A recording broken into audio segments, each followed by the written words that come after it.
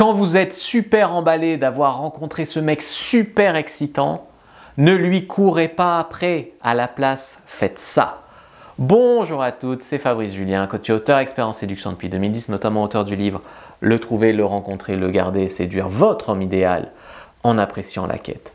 Et c'est une erreur assez commune que font la plupart des femmes quand elles sont super excitées d'avoir rencontré un mec. J'en rencontre pas beaucoup qui sont pile mon genre, là j'en ai rencontré un, ah là là là là. Surtout quand vous n'êtes pas sûr de ce qu'il veut, surtout quand vous n'êtes pas sûr de ce qu'il ressent, de ce qu'il recherche, vous, ce que vous faites souvent, c'est que vous tombez dans le piège de lui donner de plus en plus. Et vous avez l'impression de contrôler, mais dans les faits, vous ne contrôlez rien du tout. De plus en plus de propositions de se voir, de plus en plus de SMS, de plus en plus d'efforts pour lui, de plus en plus de je lui prépare des petits plats, de plus en plus de je fais des pratiques sexuelles que je n'ai pas envie de faire mais pour lui faire plaisir, de plus en plus de tout ça. Vous abandonnez vos amis, votre famille, etc. Vous l'idéalisez, vous vous refermez sur vous, sur lui. Il n'y a rien de plus important que cette relation, elle est au-dessus de tout, etc. Et là, vous souffrez vraiment énormément. Vous devriez beaucoup plus vous ancrer dans la réalité. Honnêtement, dans ce qui est important. Le fait déjà, premier, de vous respecter et d'être respecté dans cette relation, mais ne pas perdre pied à cause de cet homme super excitant, etc. Vous avez l'instinct de lui donner de plus en plus. Vous avez l'instinct de devenir cette femme super gentille, etc. Mais en fait, vous allez être anxieuse quand il n'est pas super investi, quand il n'est pas super intéressé, quand il est intéressé mais pas super intéressé, quand il est investi mais pas super investi, ça vous rend anxieuse. Et donc du coup, qu'est-ce que vous faites? Vous lui donnez de plus en plus, vous faites de plus en plus d'efforts et c'est ce qui vous fait souffrir. Il y a plusieurs façons de réagir à ça et il y a vraiment, le truc c'est que vous devriez voir votre vie comme une table, une bonne vieille table en bois. Elle a 4 pieds votre table. Et votre vie amoureuse, votre relation avec ce gars, c'est seulement un des pieds. Ce n'est pas les 4 pieds.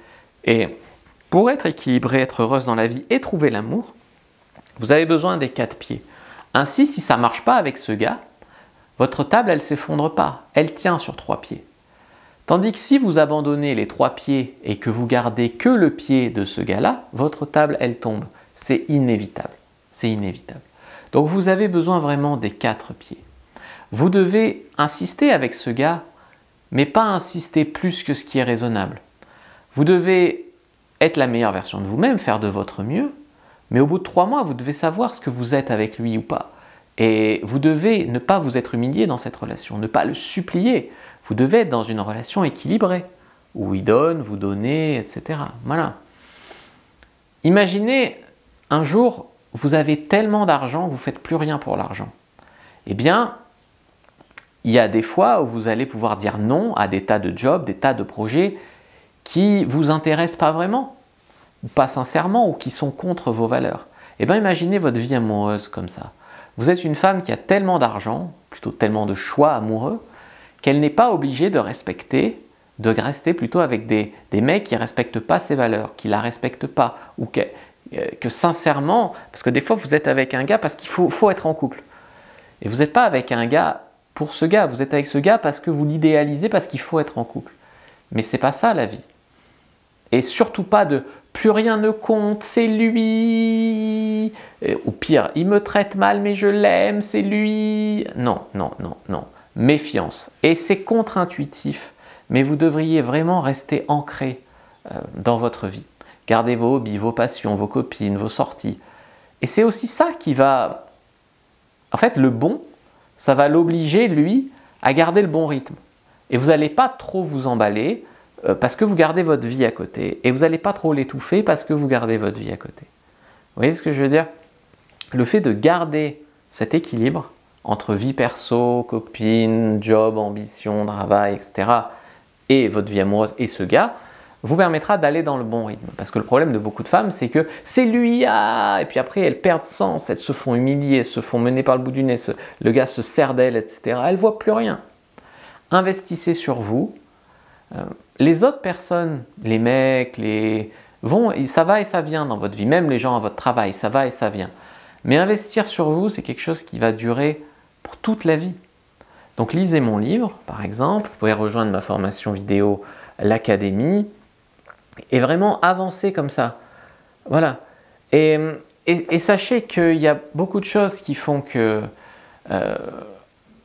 vous pourrez être heureuse ou pas. Mais c'est avant tout votre état d'esprit et avant tout ne pas perdre du temps dans les mauvaises relations. Et je vois des femmes qui ont tout pour elles, pour trouver le bon, etc. Et parmi tous les mecs qu'elles pourraient avoir, elles s'enferment dans une relation avec un connard et elles mettent 2-3 ans à s'en apercevoir. Voilà. Mais vous rigolez, mais c'est pas évident. Regardez les Français, ils ont pris Macron, ils l'ont réélu, et au bout de la 6e année, ou plutôt 11e année, puisqu'il a été là pendant Hollande, ah maintenant, c'est la révolution, c'est le bordel dans les rues, c'est le diable, c'est... Voilà. Mais moi, je l'ai vu tout de suite. Je veux dire, j'avais fait une vidéo sur une autre chaîne où j'expliquais que si Macron était réélu, c'était la catastrophe. Alors les gens disaient non, il faut faire barrage, ça sera le chaos social si c'est quelqu'un d'autre. Mais c'est le chaos social alors que c'est lui. Comment ça se fait que quand on est un peu clairvoyant, on voit que c'est la cata, Macron, que c'est celui qui nous a enfermés, que c'est celui qui enlève les privilèges sociaux, les acquis sociaux français. Et comment ça se fait que tous les Français ont revoté pour lui? C'est la même chose. C'est le président du mépris, etc. Mais il était déjà comme ça avant. Vous êtes sous emprise d'un mec et vous revotez pour lui. Vous voyez, donc c'est pareil dans les relations, c'est pareil. Mais les hommes, ça peut être pareil avec certaines femmes toxiques. Donc réalisez ça, comprenez ça, prenez du recul et arrêtez de souffrir le plus tôt possible. Voilà. Parce que là, avec cette politique, on en a repris pour 4 ans. Vous n'êtes pas obligé d'en reprendre vous pour 4 ans dans votre vie amoureuse. Donc prenez vraiment votre fiche sur en fait comment se libérer de la dépendance affective. Elle est en premier dans la description de la vidéo, elle est en commentaire épinglé et elle vous évitera vraiment tout ça. N'hésitez pas à liker, commenter, partager cette vidéo. Je vous dis à bientôt et que le dieu de la séduction soit avec vous les amis.